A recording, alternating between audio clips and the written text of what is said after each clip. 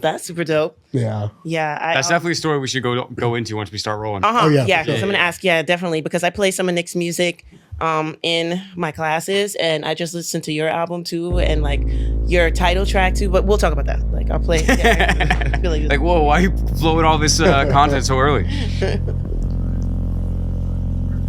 Oh, maybe it wasn't too early. I got it. Oh, Yeah, okay. Well, then I guess we'll do the introduction. Yeah. What's up, Wait, where am I looking at? This one? What's up, everybody? Welcome back to Music Maniacs for Side After Dark. We're Side After Dark.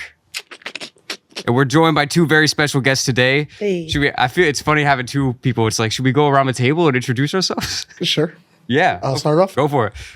Eric, I go by Bendito. And I'm Dank Delish. And here we are. Woohoo. And we are brought together by a beautiful thing. And that thing is music. Yeah. I was like coffee. Coffee and water? Yeah. No, so yeah, we're playing a show together. March 14th. Going to be an amazing time. Dank Delish album release show. Our live album recording. So come through to the show. You will be immortalized. Your screams, whatever you want to say, will be in the live album forever. So don't talk too much shit. We're talking a lot. And then afterwards, and then afterwards, our boy Bendito is going to be killing it for the rest of the night, spinning all the dope tracks. We're going to be having a fucking party from start to finish. So I just wanted to say, get that out of the way because we're going to be talking about it more, but I just want to say I'm very excited about it. Yeah, and I hope same. you're all excited about it too. You're cordially invited. Consider this your invitation. Yeah. So what were we talking about right before this? Playing these guys' music in my classes. I was just saying, like I was wanting to know if you had like something on Spotify that we can all listen to. Because I play one of the other DJs we've done a show with. I've played his music in my classes. People like the vibe. Your title track, I was listening to the album today. I love the title track the best. I can't pronounce it. What does it mean? Metacognition. It's like a state of awareness, like understanding that you can be aware. Okay. All right, I'm getting to the comprehension of that. Well, I'm laughing Do you because I understand came in. being I came aware? in here with a question. I literally wrote it down in my phone. And I wanted to see where you would go with this. I feel like we kind of just did it because I looked up the definition of metacognition, and I was just curious what it actually says. And it says awareness and understanding of one's own thought processes. Yeah. So I wanted to ask you how having that definition and that word when you were making your music, you were like, "This is what this is." You know what I mean? Mm-hmm. It's like when I came out with the title track, I made that first like 2 years ago, I think, maybe more. And then that was kind of like the start. So it's to me like metacognition is kind of like the tip of the iceberg. So I put it as like the title track is the first track because then it's kind of like it sets you on the path for this like journey.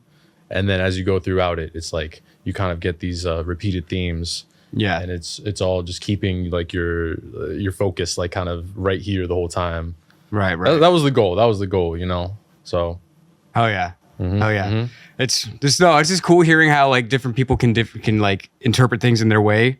Yeah. You know what I mean? Like, because one person could hear one word and take it a completely different way. You know what I mean? So it's cool how being able to see that and then translate it into art as well. And then I feel like the art also goes along with that. Like I would definitely be playing in the background, like some music off the album, and hopefully it spurs people to go on and listen to it because it's fucking amazing. And it's like it really goes along with what you just said. Like I get that. I feel like a door is opening in a way when I'm listening to it. You know what I mean? Yeah. And it's a great. I agree. I really so we met through you, and as soon as you told me about him, I listened to his album and I was like, whoa, this is sick. I really like it. Appreciate that, man. Thank you. Yeah, Exactly. And okay, so speaking of just music in general, because I want to go back to the basics. I wanted to ask both of you, and really all of us, like, what was the first thing that you can remember of you being like, music is something that I want to do? You know what I mean? Because everybody consumes music, even if you want to or not. It's around. You know what I mean? Mm-hmm. But at some point, you make a decision like, no, I want to actually be involved with this. I want to do this. So I'm curious, like, do you have like a specific moment, or do you just like going back? You're like, it's always been music. So for me, it was I always had my headphones on. Yeah. There was never a moment where I didn't have my headphones on. But then I started going to music festivals, and I did over 10 years of going to music festivals and never DJing. And then SK Nick, he was like, yo, dude, we got to get you up there. Hell yeah. And he taught me, and it's like literally the day that I started, I fell in love with it.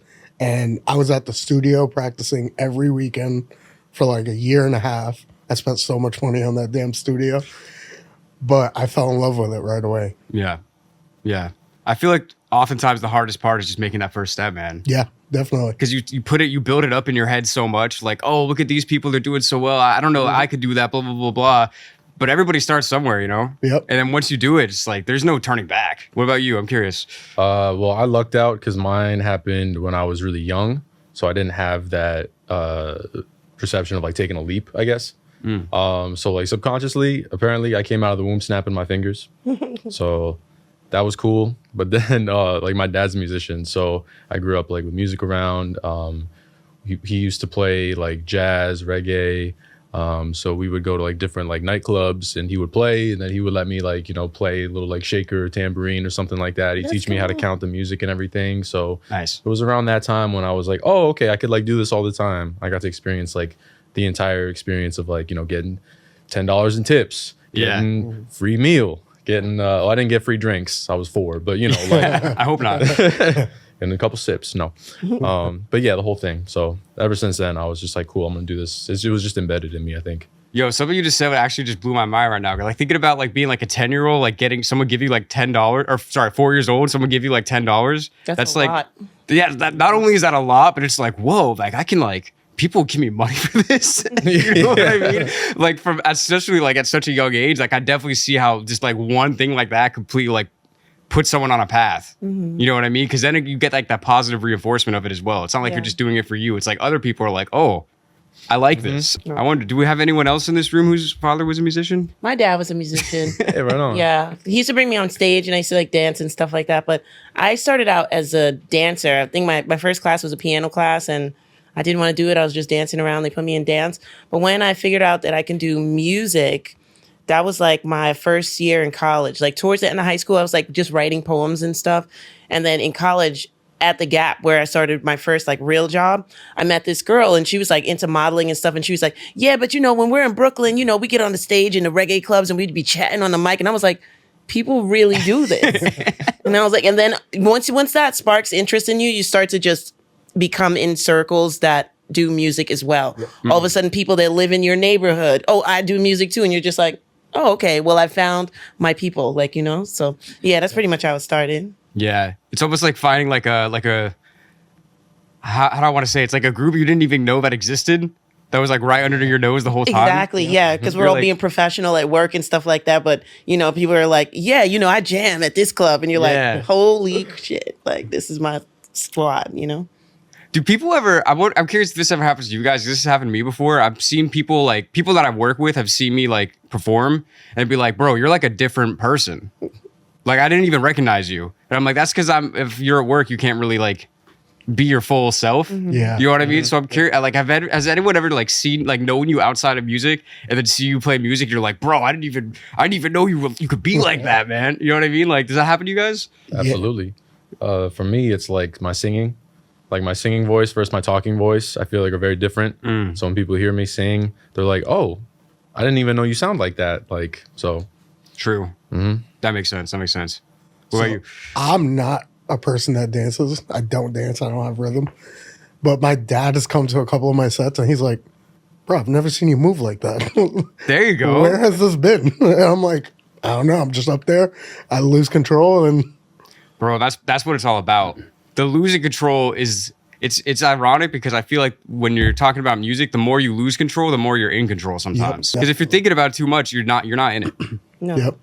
And you'll never be more in it by thinking about it more. You'll only fuck yourself up. I feel like I fell right into it when you said that. That, right? Those kind of words just like pull you right down into it. But yeah, no, I mean, we always say that you're free with technique, right? Like the more knowledge you have about what you're into, the more you can just like let go, you know, just drags you in there and you're just there in the pocket of it. Discipline will set you free. I remember when I first started DJing and we would be at the studio, me and my wife, I would mess up and she would just be watching me and I'd be like, I'd have the angriest face She's like, stop it. Don't do that. And like that kind of cut it for me, because if not, like while I was up there, I would just be so like trying to make everything perfect instead of just having fun. And now that I got past that point, I'll mess up. Like every DJ messes up. But I just act like it didn't happen. Exactly. Afterwards, I'll complain to her. I'll be like, I fucked this up. I fucked that up. And she'll be like, we didn't even notice. Yeah. I feel like that's one of the universal things that unites musicians. Because it's like once you make the flip in your head of like, it's not about me, it's about the crowd. Yep. Then like everything else kind of makes sense. Because if you're standing like, fuck, then the people in the crowd are going to be like, what's wrong? Like, what's happening? Yep. You know, like this isn't how this is supposed to be. But if you just keep going and even make a joke about like, oh, did you guys hear that? That was crazy. That was the worst I ever played. Ha. And then you just keep going. Then it's like they feel like they're in the joke with you. Yeah. They're just like, and then it just makes you even more like connected to the audience, I feel like. Yeah, for sure. I don't know. like that.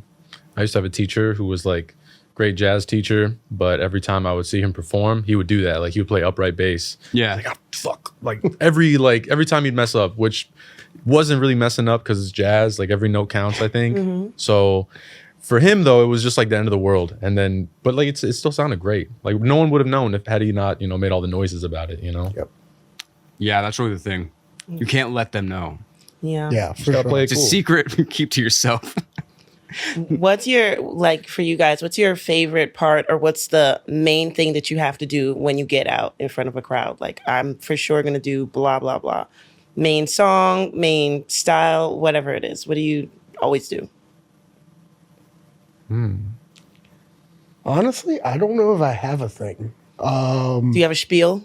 So the whole thing is like, I try and keep my sets fresh as possible. Uh-huh. So I'm rarely repeating songs. Okay. So I'm just always trying to switch it up and stuff. And once I get up there, I just, I just get into it. Okay. Maybe that's your thing. Like, always, like, never repeating the same. Yeah, that's that. Like, I'll play the same song, but different remixes of it. Okay. But you won't catch me playing like the same song like 6 or 7 times. Okay. Maybe in a couple months you'll hear me play it again. But I sit on my phone all day with SoundCloud on and just skimming through music and saving music all day. So I'm like always trying to find the new thing. Yeah. Yeah. Obsession is a gift. Yeah. I feel like, right? Yes. Yeah. It is. Wait, so do you ever like when you're going to a show, do you have like a general idea? Like, okay, I'll probably start with this. Maybe I'll have these somewhere in the set, or you're like, I'm freeballing this whole thing. You know what I mean? When I first started, I would prep my sets. Then I saw a video of Carl Cox saying when he's about to do a show, he'll make a folder, throw 100 songs in there. And if he can't DJ within those 100 songs, he shouldn't be DJing it. So I kind of like took that and I just ran with that. And then whoever plays before me, I want to have it transition best as possible.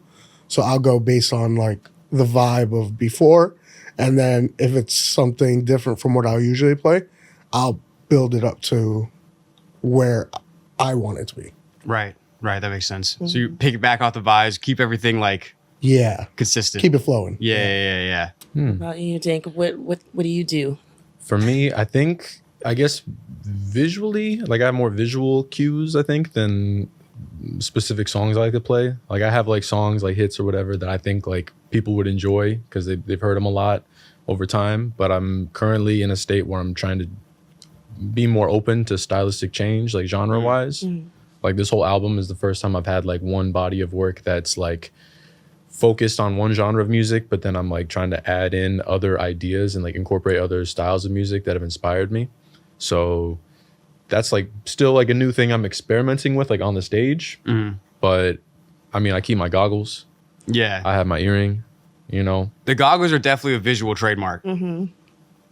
I'm going to the copyright station tomorrow. Right now. Put the little R on the side there, just engrave it. Then if anyone asks, like, no, this is registered trademark. That's right. Don't ask where it's registered, but Little copyright on this side, little trademark on this side. My bases covered. Dude, imagine if they had trademark people just walking the streets looking for people to do things like that. They'll stop you, like, excuse me, what patent office did you file that with? I wish I had that kind of time. where are your papers? Whoa.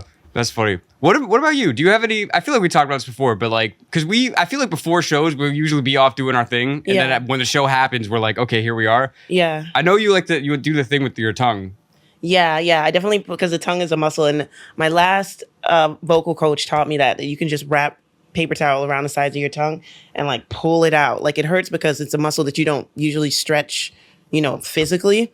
But I'll do that. Yeah. And but just recently, once we did Any Day Now, I feel like on stage now I have to like represent the logo now. So it's like whether it's like black with neon, like you know what I mean? It's just like I just want to be like the logo, like embody. That's interesting. Yeah, the image as well. And that's my new thing since like last year. I'm glad you said that because now I'm gonna think about that. I walked through that I'm just door. zoned out for a second. Yeah, I walked through our logo's door. Like I finally went through it. I wish I had a picture of it right now. Yeah. Hold up to the camera. Oh no, wait. I was gonna say in the edit, but we're not at your place. It's not our podcast. I mean, I'll still edit it later. I have a sticker in my jacket. I could grab it. I have stickers too. We'll do it at the end. We got stickers go. too. No. Everyone, if you want a sticker, then comment free sticker for me, please. I love you. Yay. LOL, JK, but not really. Seriously. Did you get that? You got all that? So we should talk about the venue because you haven't been there before. No, And yeah. I love plugging it because it's legitimately, I'm not just saying this because we're on camera and we're doing the show there. It's one of the coolest places that I've been to, I would say, in New York City. Mm-hmm. I mean, it's literally like, I walked in. I'll actually tell the story of how I first found this place because it's really funny. Like our friends used to live by there. So we used to walk by every day. I thought it was just a bar. Like from the outside, you wouldn't necessarily know everything that's going on the inside. Mm-hmm. So one day my friend was visiting. We were just walking around in the neighborhood. I'm like, oh, you want to stop in here for a drink? Yeah, cool. So I walk in and there's like a guy like at the front, like I guess more or less the bouncer or whatever. And right when I walk in, he's like, you play music? And I was like, yeah. He was like, we're having a jam session. I'm like, okay. He's like, what do you play? Like, guitar? He's like, here. And he just like hands me a guitar. That's awesome. Like, he's like, come with me. And like goes in the back, like the performance series, like, here's a guitar. There were already like people like playing. I'm just like, okay. And then just start playing. I'm like, I literally thought I was just going to have a drink. Like, That's this was not what I was awesome. expecting at all. But then ever since that, I'm like, yo, I got to come back here like every week at least and just meet people. Yeah. Yeah. And everyone I meet there is just cool as hell. It's like recording studio, bar, venue, all at once. It's wild. That's awesome. Mm-hmm. That's a good introduction to it. Oh, coffee shop too. And coffee. Oh, yeah. And coffee shop. You can get coffee there during the day. Oh, nice. It's just a great place to see a show, to meet people, and to make things happen. Yeah, it's a great corner bar too. It's like just off of a nexus of like three major streets. It's like Central Ave and Broadway. Oh, okay, I know where it is. Yeah. So we've passed it at like 6 a.m. and there's like a flood of people outside. Whoa. Cool. Yeah. That's cool. Yeah, I like walking in there because it's not necessarily, not necessarily. It's not an upstairs location. It's not a basement location. It's just right there on the ground floor. And something about when you walk past the bar into the main room to perform, it's like a bit of a step down, just a tiny bit of one. And that somehow, I don't know, makes me feel like grounded in there. I don't know why. It's just that's a perfect, and it just, I don't know, something about the energy of like a tiny step down into that music space kind of like pulls that first live. It's called like first live, that first live feeling like, oh, I stepped in here and I'm like live with a bunch of people that I don't know, but somehow we are all together doing something that's fun. Like, it's weird. Yeah. I don't know. It's one of the first places that I felt like that in, you know? You know what's funny? I kind of felt like that the first time I came here.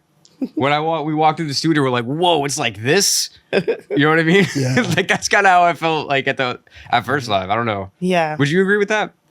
Specifically here? Just This like place in is really general, nice, just yes. like what we were saying, just like, But first live? yeah. Yeah, it's a beautiful spot. They have so many things going on there. Like it's like multifaceted, and just that you can go in, maybe go for a drink with a friend, maybe just go for a cup of coffee, and then you end up like talking to all these different cool people.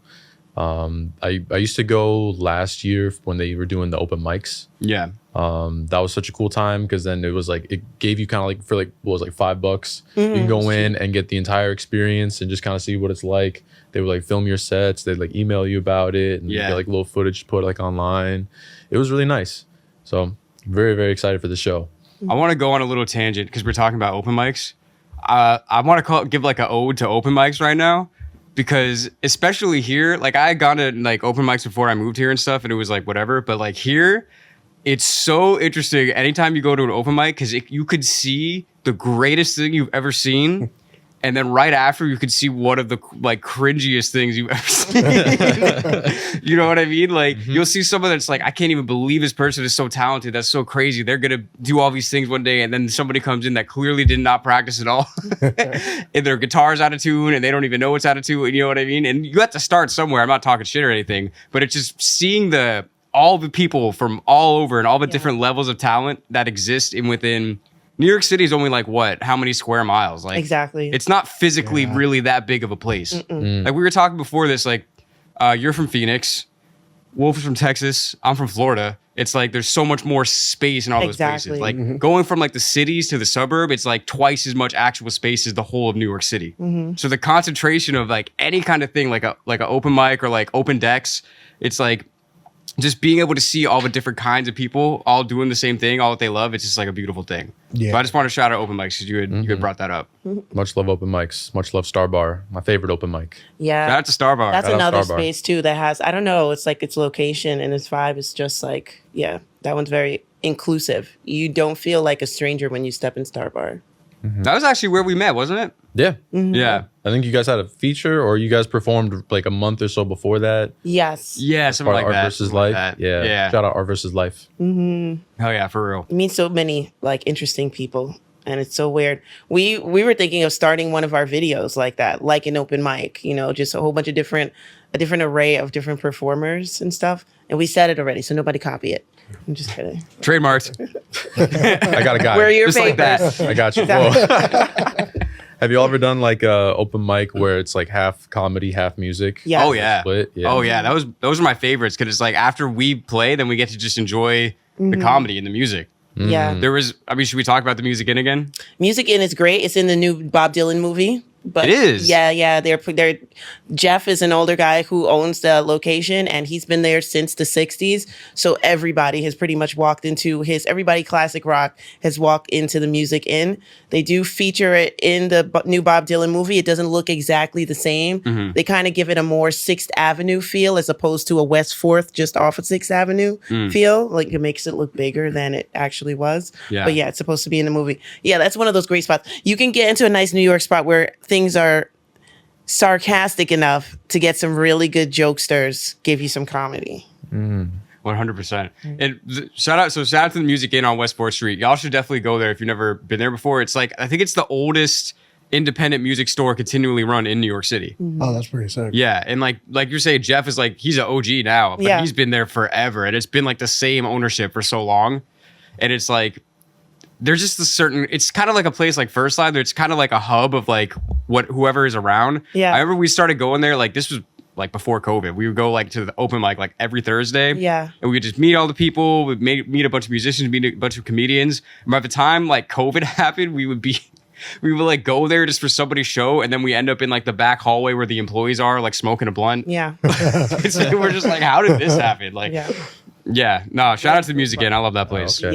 Yeah. It would go on for so long. Like I would arrive after work, like 9 o'clock. You would have been there like probably an hour and a half already. And we would be there till like 11 o'clock, maybe 12, maybe even 1. Sometimes There going was on times at like it wasn't done 11:30. till 2 in the morning. Exactly. Yeah. Yeah, it's one of those spots. It's like down in the basement. Like the pillars are still in the basement. You have to like walk around them to sit down and stuff. And Jeff's got this total vibe like Tommy Chong, right? Like he's like older Tommy Chong with a ponytail, right? Sometimes still wears tie-dye. Yeah. Yeah, he's just really cool. One time he showed me he made comic books based on the Old Testament Whoa. that he had like drew. It was crazy. I don't know how he just like, let me show you something. And he just like showed me like the whole thing. That's wow. I totally awesome. forgot about that. That memory just came back to my head. Yeah, Did he, that sounds read like it a to you, great like panel acid by trip. panel? Not panel by panel. I don't think we had the time for that, but he was like, okay, yeah, so this is the story of this and this. And I'm like, yeah, that's what it is. And it looked pretty cool. I'm not going to lie. Cool. Damn. I wish I could remember what like, I think it was like a series and there was a title for it, but I can't remember now. Whoa, that's so cool. Yeah, whatever. Anyway. I remember one time he was telling me, "Oh, this is all these old stories are coming back. It's right on West 4th Street by the West 4th Street courts." And I remember one time, like, we went there and I had like a Biggie shirt on, and he was just like, "I met that guy." I'm like, "Huh?" He was like, "Yeah, they were taking photos at the basketball court over here." That's awesome. I'm just like, "Oh, okay." But he just like threw it around. Like, I feel like he knew what he was doing. He was like, "Ah, that guy in the shirt. I met him once." He made it seem like it was no big deal, but I think he knew that it was a big deal to us. Yeah. Especially since I'm wearing the fucking shirt. Right. You know what I mean? Jeff is a living legend, I guess. Yeah. Do you guys have like pre-show rituals? Besides, what are you going to do in your show? Do you like one of mine is I don't buy anything new that day. I don't care if my shirt ripped or whatever. I'm not buying anything new that day. For me, it's quote unquote bad luck to do that. Pre-show. Like how far in advance pre-show? Like that day? That day, yeah. Like I won't smoke that day. I won't buy anything new that day. That's for the show. Like if I'm like, oh, I don't have enough hairpins. Let me go out and get them. I won't do that. Like no. Like, yeah. For me, I don't drink. Okay. I'll drink after. Typically. Yeah, Same. I usually like to wait to drink afterwards. There has been a couple times I've drank, and it's been a little bit of a shit show. So I've learned my lesson, and now I try and I'll have like one seltzer when I get there, just to like calm the nerve. Yeah. But I wait until after to like really have my drink. For sure. I feel like the key is being able to, because first of all, I feel like you're always going to be a little anxious Yeah. before you go on. Like, I feel like no matter how many times you play, there's still that thing. It's like, oh, I'm about to go up in front of people. Like, you know what I mean? You kind of feel it in your chest. I feel like the key is to take that anxiety and to just translate it into what you're doing. And then once you're done, get as fucked up as you want. It's like you did the thing. Yeah. You know what I mean? Like your time is over. You put all your into it, and then now you just chill. I don't know. Being able to channel it is kind of hard. It is. Because then sometimes you get in your head about it, you know? Yep. That's my biggest thing. I get in my head all the time. Yeah. Yeah. Sometimes for the most part, like I can't quote unquote, kind of. I can't really wait until we get bigger where it's like you get to venues and you have a space away from people because I sing. So it's like I always get nervous, that anxiety, like what if I talk too much and lose my singing voice? Like what but then I have to get there and I have to get there a certain time before I perform, and then I have to talk to people and say hello and all this stuff like that. And I was like, damn, I have to talk. I'm so pissed that I have to talk. Like, you know what I mean? So it's like, because you can't just stand there in the corner and not say You anything. should just bring a sign, not speaking until after show. Exactly. Right? Make a new t-shirt and trademark it and have papers. Wow, that's There we go. 3 trademarks in one podcast. We're making records, guys. Exactly. But no, that's really funny. I didn't even think about that from like a singing perspective. 'Cause Yeah. I don't really sing that much. Because like then it's like I get there and I'm just like, well, I don't want to look like a bitch. Like, you know what I'm saying? I'm just like in the corner and people are like, hi. And I'm like, you know what I mean? It's like, Do I know you? I'm gonna start doing that now. I'm not being mean on purpose, I swear. I It's for promise. the show. I'll hand out little cards. For the show. Preserving my voice. exactly. That's Take a a card. good one. Preserving my voice. Just once you go up, just go into the mic and be like, hey guys, I didn't say hi to you because preserving the voice. Hey, yeah, that's a good one too. Or if you talk too much, be like, guys, I can't sing now because I spent too much time talking to you fuckers. And have a good night. Right, we do like And that was the show. well, thanks to you guys here at the blah blah blah. I'm going I'm home. going home. Ah, that's so funny. You guys ever seen what we're talking about there with Axl Rose from Guns N' Roses? Did he do that? There was this concert where I guess somebody was filming. This is like back in the day when you had like a camcorder, like before cell phones or whatever. Somebody was filming and the security wasn't doing anything. And he's just like, all right, thanks to this lame ass security, I'm going home. Fucking throws the mic. But then there was literally a riot. Like there's literally like a lot of shit burned down after that. Yeah. There's just like 30,000 people like pissed off all in one area now because this one guy's like, I'm not doing the show anymore. Yeah, I think Like it's actually wild. Yeah, it's like historical music moment. Like Slash said he saw his amp, like Duff's amp, miles down the road, just on the street somewhere. Like it was a big riot. Yeah. That's insane. Yeah, Axl Rose is funny. We make a lot of inside jokes about that guy. He's really crazy, but he's done a lot of funny shit. Yeah. That ends up being like inside jokes. We've done whole introductions to songs in our shows that we literally just copied from something that he said once because we think it's hilarious and nobody else knows what we're doing. That's what it's about, though. Yeah. You know? The people that get it, and then Yeah, it'll be like even better for them because they're like, oh, I see what you did. exactly. And even if you don't, it's like, we're still having a good time. Yeah. Yeah. We're having a good time. Hopefully, you're having a good time. What was it? It was like, what was the thing that we did? It was like, Whoever does anybody tell you how to drink, how to think, how to act, right? oh yeah. 'Cause Who we likes don't to need get that told how to dress? Yeah. Who likes to get told what to do with their life? Blah blah blah. And the crowd's like, boo boo. It's just like, I don't know. It's just really fun Because we don't need that shit in our lives. Yeah. Yeah. He always said a lot of crazy stuff. Are y'all gonna do that at the show? I don't know. Not anymore. Do you guys? Okay, this is a question where you really have to think because I can't even think of the answer for mine. Do you have any favorite live albums? And it could be any genre, right? I can't even think of one. Allman Brothers That's a good live album. live at what is it? Fillmore East, I think. Yeah, that'd be a good one. I don't know. I feel like live albums aren't as much of a thing anymore. Yeah. Yeah. Or live You know what I mean? performances. Like one of my favorite old school live performances is Diana Ross at Central Park. It was a huge performance, and then it started to rain, and that made the show better. Like, and she's like a total diva, and she's like being cascaded by the rain, and people are all hyped because it's like, her solo career started like disco-ish and stuff like that, and it pretty much spearheaded kind of like an LGBT movement, so the gays really support, so there was crowds of people there. So that's one of my favorite live performances. I like a lot of live Bob Marley. Yeah, Manford Band, I like them live. I think I pulled that out the hat one time. But yeah, it could be any genre of music.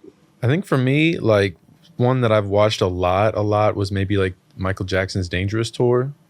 I've seen that one a lot. I've seen the Bad tour a lot. Yeah. Especially like growing up. But other than that, like, I mean, there's a lot of like you were saying, like just there's not much live album making anymore until March 14th. That happens, like I feel like it was a lot of like the Grateful Dead, Yeah. like a lot of that kind of stuff that was like paving the way. Like my stepdad showed me a lot of I think they're called like String Cheese Orchestra or something like that. I've heard of It's that. like bluegrass. It's really not for me. SCI, No, Yeah. nothing against string cheese copyright. But I'm lactose That sounds intolerant. so yeah, I'm a little bit lactose for that one. I've been listening to this band called OMA, OMA. They have all their music on Bandcamp, and it's just them doing live jams of hip hop songs. And I catch myself going back to that a lot, especially at work. Like if I'm really busy and I can't focus on what I'm trying to save for myself, I'll throw that on, and it's just them jamming to it. It's pretty awesome. Oh, yeah. You said OMA? Yeah. Yeah, that sounds Okay, cool. I'll have to check that out later. Have you heard of I think it's the Abstract Orchestra? They do like Doom covers. Yeah. Yeah. Really, really good. They're sick, yeah.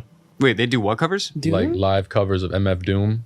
But Like the instrumentals. I thought you said Dune. Me too. Oh, yeah, with the Either way, sandworm. whichever. Yeah, I was yeah. like, how they do covers of that? Okay, yeah, that's cool. There's probably an audience for that. Yeah, right of the soundtrack. Bro, Yeah, I've there you go. read like all those books. They're Yeah. crazy. They're the most insane thing I don't even want to get into it right now. I'm gonna lose people. they'll probably do it at Radio New City in podcast. like 10 years or something like that. All I'm saying is some of these books you're not gonna understand them unless you've done lots of psychedelic drugs. That's all, that's all I'm gonna say. Some of it I'll read a page and be like, what is he trying to say right now? Let me read this 3 more times. Anyway, that's sick though. So like it's like so they're just doing all live instruments, but they'll just be like, okay, this time we're doing this song. We're doing Yeah, Nas. so- We're doing They do a lot of the same songs. Their New York State of Mind is Okay. probably my favorite, the Nas song. yeah. They cover that one. They have a dope one of Cream, Wu-Tang. Yeah. And yeah, they just keep coming out with different covers, and it's pretty awesome. So speaking of other artists, so I always like to ask people this because I'm curious. What is, not counting like festivals, like if we're just like a single show with like a single artist, what do you think is your favorite show that you've been to? Like if you had to pick one, I know that's usually going to be a hard thing to answer because we obviously all love music. We've seen a lot of shows, but like what was the first thing that came to your mind when I asked that? I would say my first concert, Jay-Z, when he did the Black Album tour. Nice. that's like probably one of the things I remember the most. Where was it? Madison Square Garden. I've heard of it. Yep. It was sick. Little known spot, you know, a little local spot. Yeah. MSG. That's right over here, right? Yeah. It's right around the block. Yeah. I think for me, I think I saw, this is also when I was like 4, I saw like a Bob Marley cover band with my mom, and it was like, it was great because like we used to go to those kinds of concerts like all the time, and I think it was like my first time ever getting like secondhand high, because I just remember like seeing somebody with ice cream, and I'm just like, wow, that looks so sounds so good right now. My mom's like looking at me like, all right. This is like way back in the day. I was like 4 too, but it's very vivid. I saw a Harry Belafonte with my mom, and that was like crazy for me because that's like a real connection to the past. That's like old Hollywood. Like that was like, I was like, this is the whole time in my head. I was like, this is impossible. Like this is, and then we actually got to talk to him and like touch his hand and say hello and stuff. And I was like, this is impossible, like unreal. But yeah. Yeah, that's wild. Yeah. Where was that? That was in DC. Oh, okay. It was like some marathon down there at the time. My dad had lived down there, so we went to visit my dad, and then we went out and we went to like a small concert that was the radio station was involved. Like my dad had worked at the radio station, and we went, it's like I can barely remember, but we went to the show that was promoted by the radio station. And and I was just like, what? It's like Harry Belafonte. It's like, this is crazy. Yeah, it's crazy when you think about like music from the past and how it really isn't that long ago. Because music has only been able to be recorded for like 120 years or so. That's only really like 3-4 generations. You know what I mean? Like if you were to go 5 generations back, they don't. What is a record? Yeah. Like if you want to hear music, you got to go somewhere, or a band is going to come to you. There's no such thing as a recording. Yeah. Like that's that's crazy magic type shit. Yeah. People just You know what sitting I mean? at home with like sheet music, like, oh yeah, That's like, a really banger. feeling it. Yeah, wow. yeah. Did you see this new one that Beethoven just dropped? Yo, this crescendo right here. Oh, fuck me up. What about you? Who'd you see? Tame Impala. I would say Tame Impala number 1. It's like every genre of music that I love in like one artist. Like it's kind of dancey, it's kind of funky, it's like trippy, it's like rock, it's like I was like at MSG. I remember it was right before COVID, and I was just like, yeah, this is like everything that a concert should be. And the light show was like as good as any like rave or anything I've ever been to. Like everything was on point. Second is probably we just saw David I was about Gilmour. to say, was it better than David Gilmour? We went to see David Gilmour, yes. Yeah, David Gilmour from Pink Floyd. And nice. that was only like a couple months ago. Yeah. But that was insane. That was probably the craziest light show I've seen now.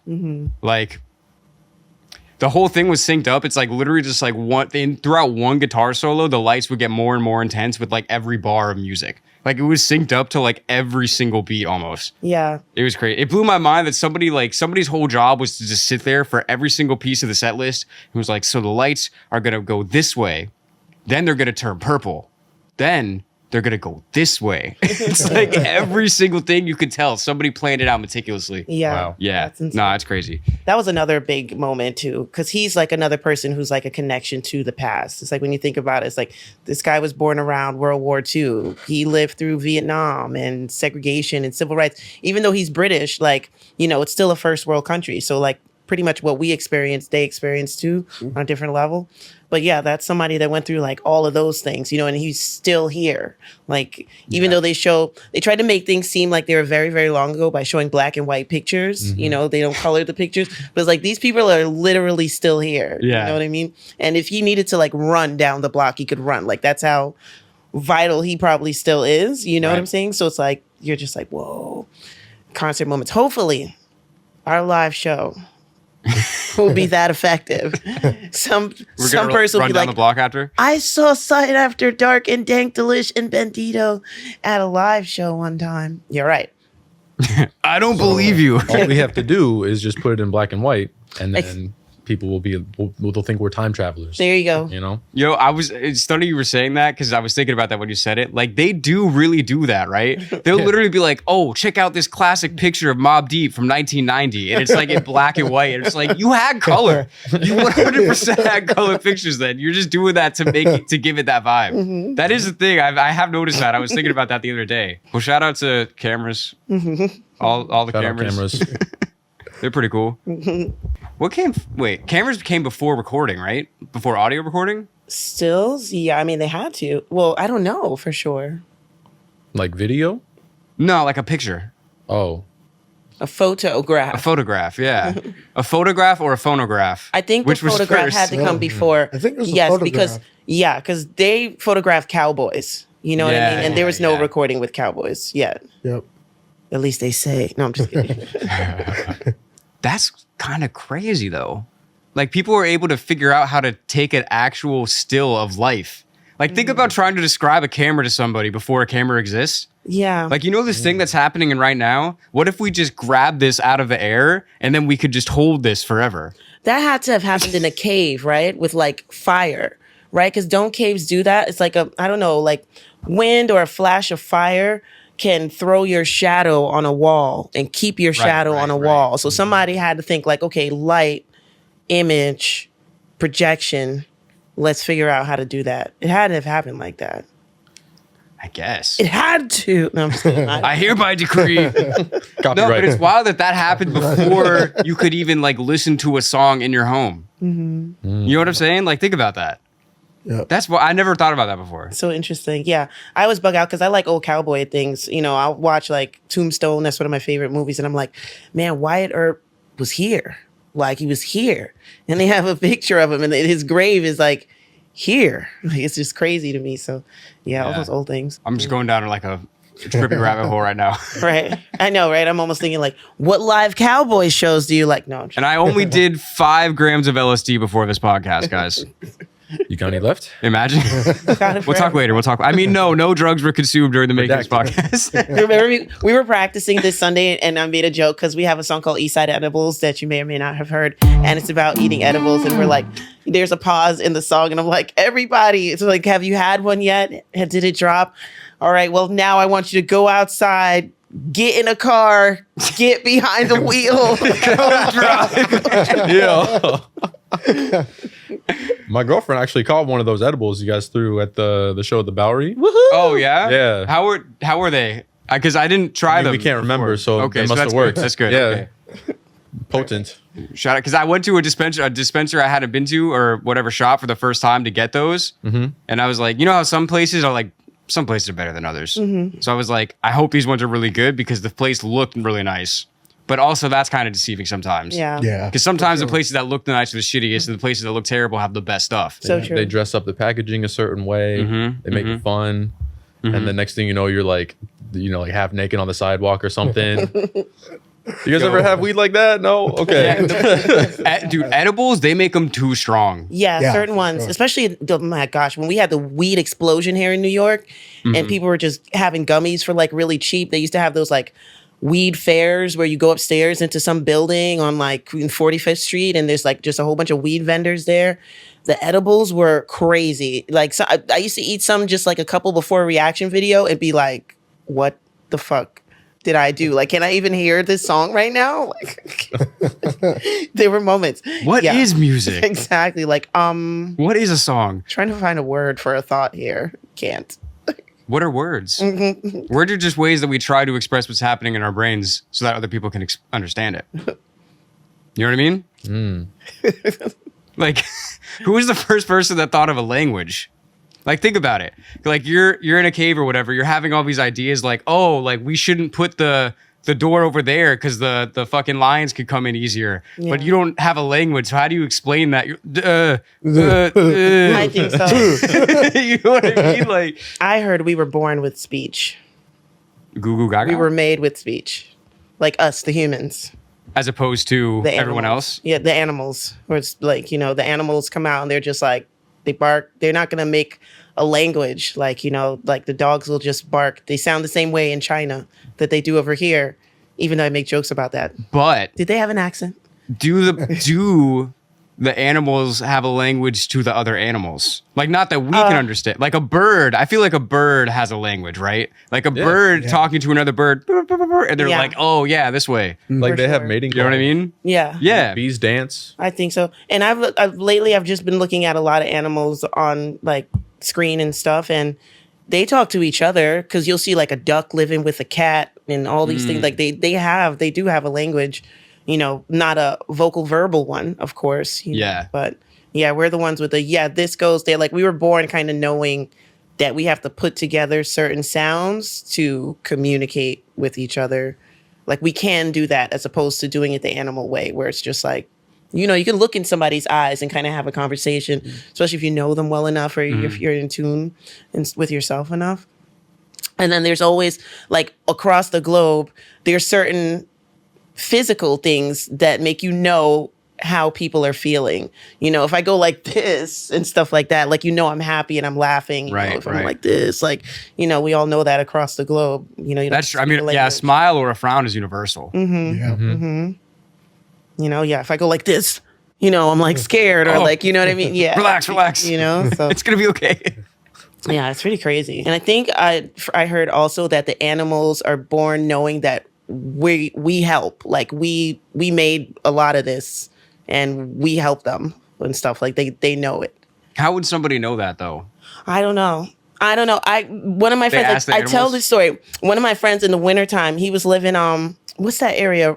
It's on the west side of Manhattan, but it's further Inwood. There you go. He's living up in Inwood, and had a nice house. So there are more forest animals up there when you get further into the burbs.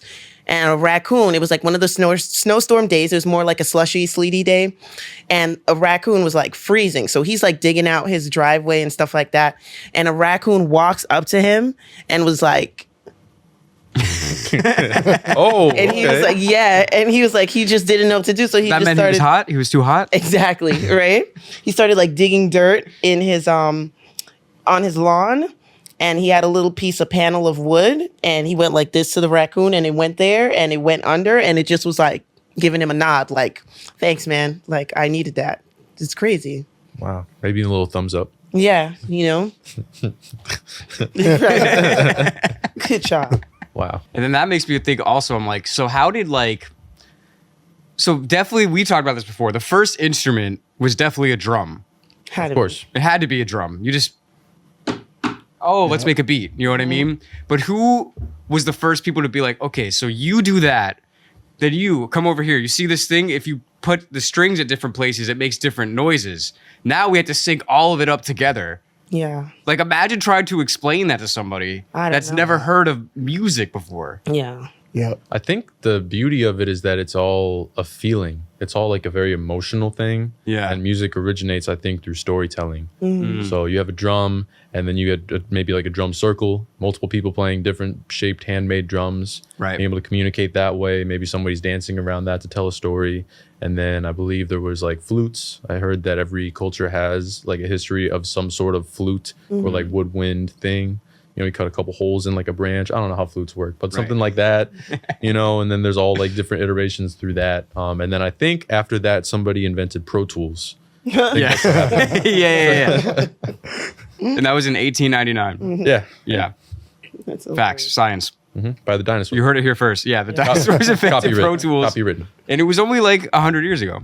That's what you heard, right?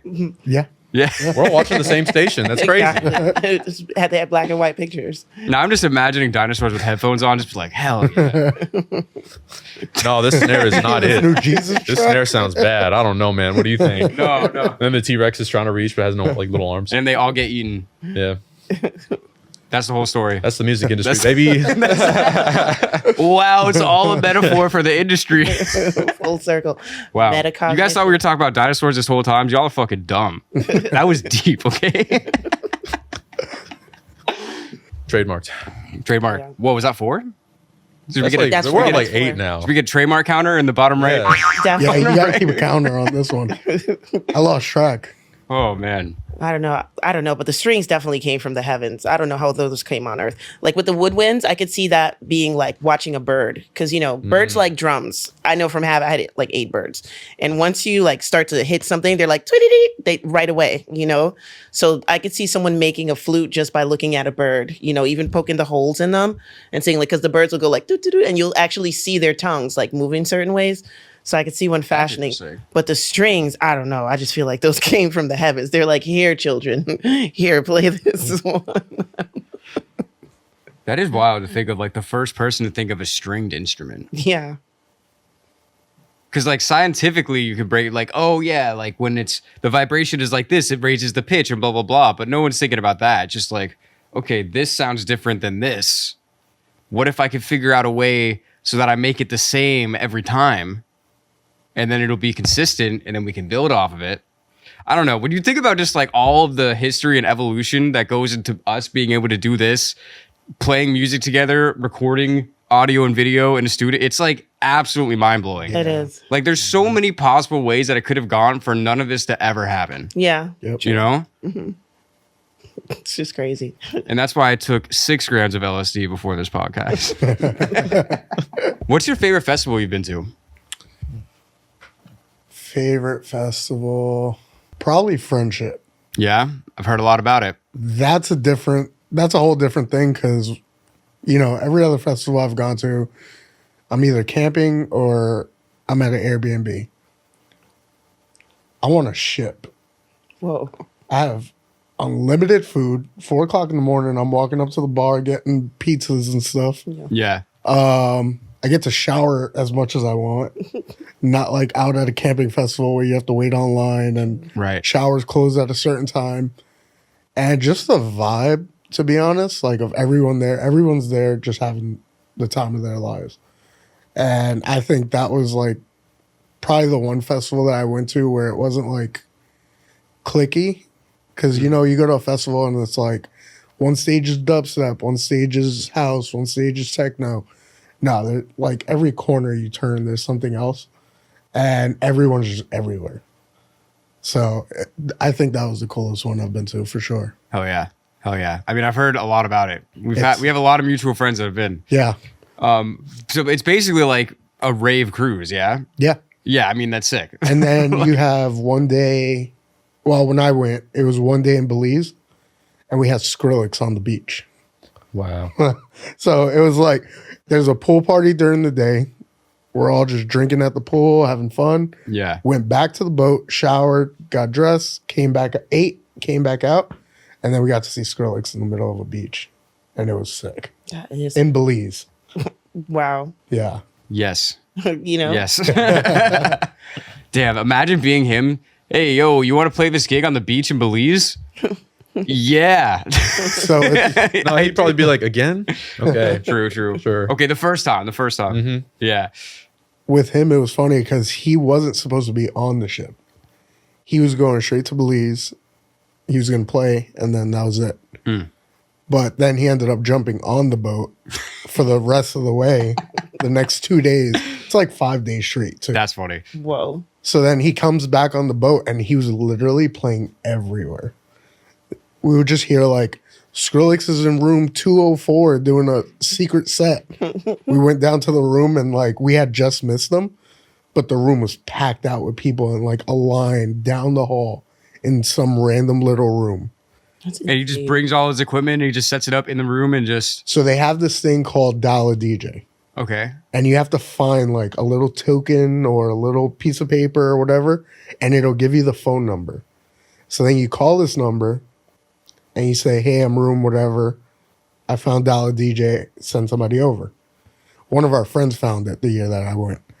And within like 20 minutes, you have a DJ in your room and random people are walking into your room. And it's just a party in your room.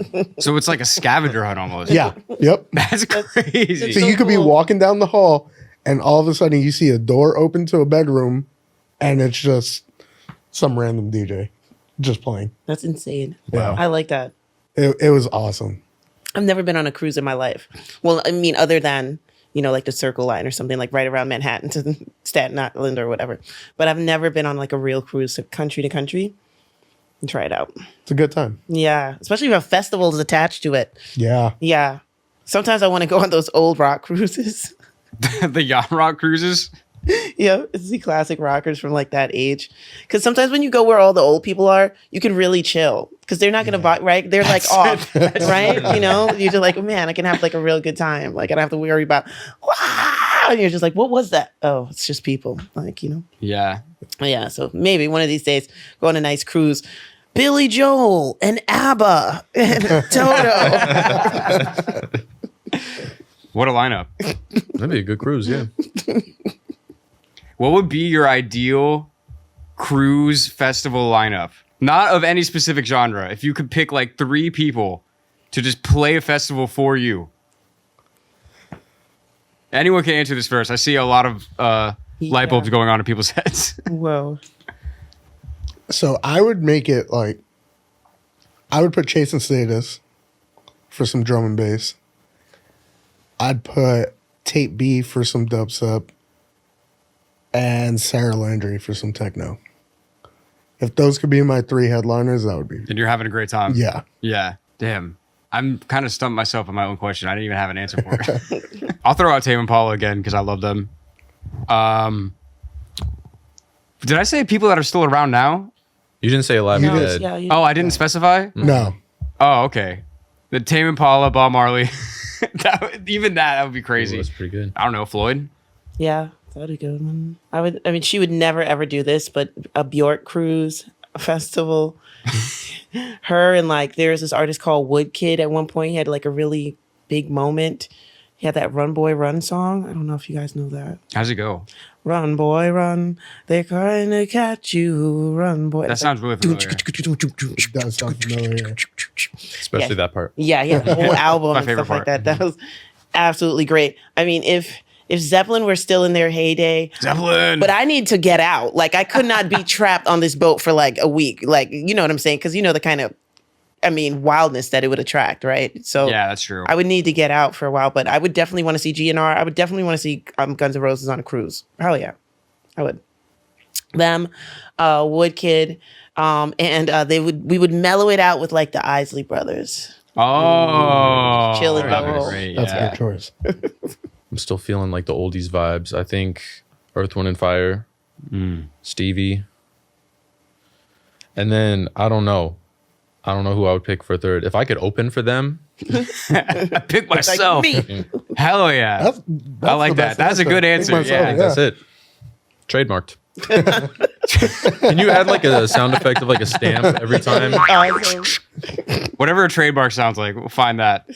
What does a trademark sound like, guys? Picture a stamp like a. Click, click. Like a wax seal. All right. Oh yeah. Either kind of like the Lord of the Rings ish, where they pour the wax and then they put the stamp thing and it. it's like Yeah. Oh, either that is or a it? modern or ancient. We don't know. Maybe both at the same time. Create our own. And that's trademarked. There we go. Now I just lost track. I'm going to say we had 1,000 trademarks on this podcast. So, are you guys doing anything like new for this show? Is there any like teasers that you want to leave for people before we head out? Because I'm just curious. Like, I know we're playing some songs, even though it's a live album. We're playing some songs that haven't been recorded yet. So that'll be like a cool little like sneak peek, I guess. Yeah. So I'm just curious if y'all had like anything like crazy that you wanted to give a sneak peek of the people, little teaser. You know what I mean? Well, I can't say. I don't want to say the set, That's how you know it's good. but it is going to be a lot of the album. So, Nice. but yeah, I will say I'm going to have like my whole band there. So it's going to be like 30 of us, 10 of us, who knows? Oh. But it'll be a good time. Hell yeah. A really, really good time. So I haven't gotten around to making music yet, but hopefully this year I really get on that, and then I can start giving you guys new music. But until then, I'll be playing other people's music. It will be keeping the vibe going all night. Yo, it's crazy. Last time we did it, we played and then SK went on after us. And we basically were like, yeah, let's just like keep going until they tell us we can't do this anymore. Because the way to everyone do was it, hanging out. Like we were having a great time. People were drinking at the bar. And it definitely went way past the allotted time. But it got to the point where it's like, I feel like the venue was like, do you guys want to leave? No. all right, we're just gonna stay here for a while. We're just gonna keep it going. Oh, I love that. That's what I'm saying. So like, I feel like I don't know if they would really want me to say this, but I feel like we're gonna go until they shut us down. Yeah. Yeah. You know what I mean? But in a good way. 4 a.m. Yeah. So I just want to say that because it's like the way that it went down last time was so fun that I can't wait to like do it again with new people and just have new energy in it. And just, I could say confidently that anybody that shows up for this show is going to have a great time from top to bottom. And that's really the main point here. I concur. Times For 3. sure. Times 4. Wow. Squared. Trademarked. Imagine you guys were just like, I don't agree at all. I think it's going to be a terrible time. Oh, man. But I think that's about our time. So I want to thank you guys for coming in. Thank you for having Yeah, us. thanks for having Yeah, us. it was a great time. I can't wait for the show. It's by the time this comes out, it'll probably be a little less than a month. We didn't even mention. So the venue is a crazy live streaming setup as well. Yep. Like 6 cameras, like like high def audio and video. So if you can't make it to New York City, you can get a pass to be there for the entire show as it's happening. So definitely look into that. You don't have to be upset if you can't make it to New York on March 14th. We're here for you. And I think that's a wrap. Yeah. Awesome. We're out. Right on.